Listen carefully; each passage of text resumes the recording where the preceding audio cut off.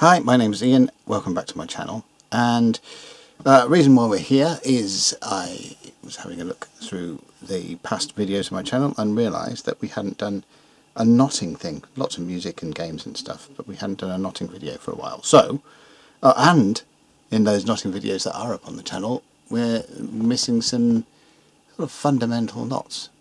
So I thought I'd just throw in a few minutes to go through and fill in some of those gaps. Right, so in this video we're going to be covering the bowline, the humble bowline. So what's the purpose of a bowline? The purpose of a bowline is to tie a loop in a rope that is not going to slip. So it's a handy knot for climbing, it's a handy knot for all sorts of things really. For rescues, often used in rescues in order to hoist people up and so on. So basically the easiest way to remember this is if you imagined this part of your rope as a tree, and that's the bit that's attached to a helicopter or a cliff or something like that. So what I'm going to do there is just to plonk my cup on it. So you shouldn't have to move that bit of rope at all, right? Actually I won't put my cup on it because I'm going to have to hold things up to the camera to show you what's going on every now and again. Right, but if you imagine this is a tree, and then what we need to do is just to put a crossing loop into this bit of rope, horrible paracord, but the important thing there is that the loop goes the right way. So let's just see if I can get that to focus on there. This is our tree, right? So trees' roots are no good if they're on the surface. So what we've got is the tree's roots. This is the tree, and the tree's roots go under the ground, right? So if we do it the opposite way around and we've got the tree's roots are on top, then that's, you know, it's weak, and once we actually go and tie the rest of the knot, it's all going to fall apart. So the tree's roots need to be the crossing loop with the tree's roots. Here's the tree going under the ground like that. Right. So the next traditional part of all of this, when you're teaching young people especially to tie this knot, is you imagine this end as being a rabbit and this as being a rabbit hole that's at the bottom of a tree. Tree, rabbit hole, rabbit. Right? So the rabbit comes up through the back of its rabbit hole, decides to go and have a bit of a scamper around the back of the tree, up to the rabbit hole, round the back of the tree, and then after going around the tree like that, it decides to go back down into its hole. Alright? Just like that. So if you can see the path the rabbit's taken, let's get that before I tighten it up. Okay, so you can see the path that the rabbit has taken. He's gone up through the hole, around the back of the tree there, and back down his hole. So if I pull that tight, remember this one's halfway up a cliff and everything like that, so you've only got really these bits at the bottom to pull on, right? Tighten it up like that, and what you actually got, I'm just going to loosen up a little bit more again. So what you've got is a crossing loop, which is where the roots of our tree were, and a bite, which is a non-crossing loop, right? It's just a bend in a bit of rope. A bite seizing on to a standing end. So the bite is then held in place by the crossing loop. Okay, so the bite is hanging on to the standing end, the standing part of the rope, our tree, and the crossing loop that we made at the start is making sure that the bite remains solid and stable. And if you've got someone in the middle there, you know, you have, that's not going to slip. I can put as much pressure as I like on that, and all it's going to do is just tighten up that that bite gripping onto that, and that crossing loop holding the bite together. It's not going to move. And that's what your final thing should look like. You can see the crossing loop here, you can see the bite here. Alright, so that's a sort of basic bowline, right? Pretty easy. And you can also, if you're halfway up a hill or whatever, and you've got a bit of a climbing rope and you've managed to pass it around yourself, and you're holding on to the climbing rope behind your back, by putting your hand on the standing end, the rope that's going up the cliff, and giving it a turn to twist, you can make that tree roots loop. And then from there, if you can grab hold of the rope that you've passed around yourself, and then work it around your standing end up the cliff and poke it back down, then let go of the whole lot and pull it tight, you can actually tie a bowline with one hand, which is handy if you're trying to rescue yourself from down a cliff or something. Right, so a variant of the bowline. So with the normal bowline that we've done here, we've got rabbit comes around the tree and goes back down the hole, goes around the back of the tree and comes around the hole.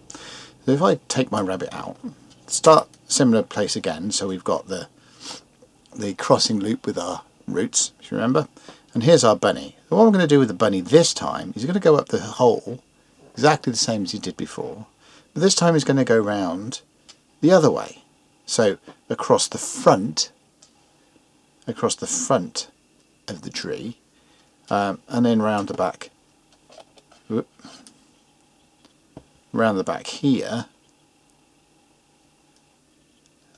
and then back down again, creating the bite down the hole that way, right? So what we've got here now, it's the same structure. So we've got our crossing loop, we've got our bite. This time, the bunny, the end of the working end, the end of our rope here, is outside of the loop. All right. So there's our loop again. Quite stable, going to be able to pull things up without coming undone. But all we've ended up is instead of this end being inside here, it ends up outside. Now the advantage there is, if you want an entirely smooth bit in there with no bits of rope dangling down or anything inside, then this is what you would do. And it's especially true if you're working with rescue or something like that, and you don't want this end being, potentially causing chafing or getting in the way of the person that you are rescuing, or something like that, basically. So it's exactly the same knot, it's exactly the same process, except when you're tying the bite part of the rope, instead of going around the back of the tree and down, you are going around the front of the tree and then behind and then down. So it's just the bite goes in the opposite direction, but it's the same knot. So that's another option. Another one, and you can do this in either direction you're going to, is called a slipped bowline, right? So we start up again with our crossing loop, right? And slipped knots, not slip knots, slipped knots, are knots where you're just putting an extra bit of a bite in, a bit of a bend in the rope, in order to make them easier to undo. So if you've got, like you're in a hospital or something like that, and not hospital, helicopter, and you've got someone in the sea and you've just tied a bowline around them and you've just dragged them into the helicopter, one of the things you might want to do is to get them out of the loop, to untie the bowline as fast as possible, because you might need to send that rope down again to rescue someone else, or you might need to get them into a position where they can be looked after, receive medical attention or whatever as fast as you can, which, quickest way to do that is to just undo the rope. So whatever reasons that you might want for doing that. So what you do here is you tie the bowline as normal, right? But when you come to actually pulling it down into back into the rabbit hole. So the bunny has gone up through the hole around the back of the tree, but instead of then going down through the tree, you put a bite in the rope at that point, right? So here's our bunny, and I've just put a bite in the end there. Okay, let's tighten it up a little bit.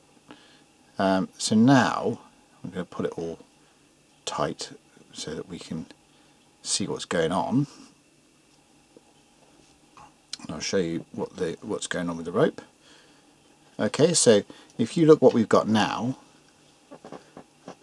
up here, you can see that our rabbit has gone up through the hole round the back of the tree, and then before putting it back down the hole, I put a bite in there in the bunny, and then put the bite inside the tree root crossing loop. Right, so it's exactly the same knot. You can see the shape of it. You can see the crossing loop. You can see the bite seizing it. It's just this bit is a little bit different because we put a bite down the hole instead of that. And we're going to check it out. It's very stable. It's not going to come undone. It's you know, there's your person being rescued. All right. But when they get up into the helicopter or wherever you're doing it, to quickly undo it, you just grab hold of your bunny end and pull that bite, this bite here, the one that you made instead of passing the bunny back down, and just pull that loose, and the whole knot just falls apart like that. So it's giving yourself really a handle in order to go and pull the thing apart. So that's it. So the bowline and 3 simple, or a couple of simple alternatives or things that you can do with it, right? So just to recap on the bowline itself, crossing loop, make sure that the loop goes under, so your standing end, which is the bit that goes up the cliff face or up to the helicopter or whatever, goes underneath so that it forms some strong tree roots. Other end, working end, bunny, up through its hole, round the back of the tree, back down its hole, forming a bite. Put everything tight, you end up with a standing end that goes through. Now one of the options on this, like I said, it creates a loop that doesn't move, that's not going to close up on you. One of the things I use it for is creating what we call finger slings in archery. So I won't show you this knot right now, but I'm just going to tie a quick one on this end of this particular thing,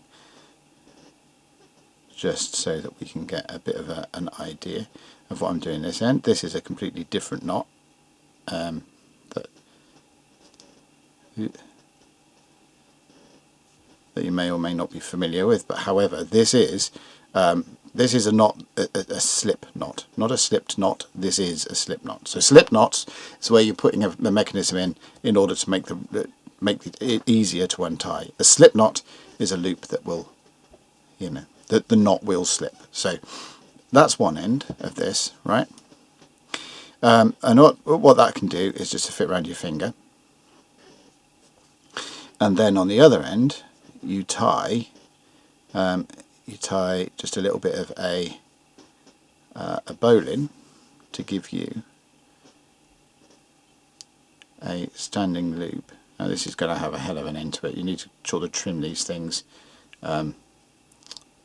so that you don't have massive amount of rope going through, but it is what it is.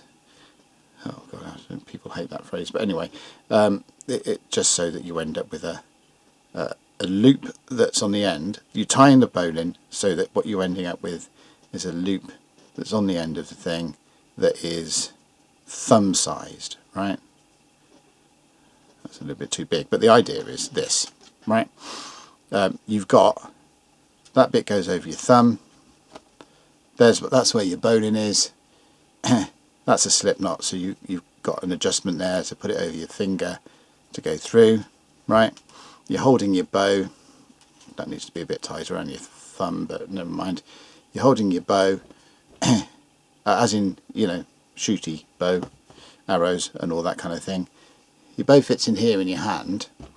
Now, when you're shooting a bow, you don't want to be gripped onto this like this, because it creates hand shake, and you know, all your muscles and everything else are tight. So that's no good whatsoever for keeping a bit of stability. What you want to be is loosely holding your bow. But what you also want to avoid is your bow disappearing down the firing lane, shooting lane, towards your target. So if you watch Olympic shooting and everything else, they have things attached around their wrist that hold the bow or whatever, but this is one of the simplest things to do. Called a finger sling.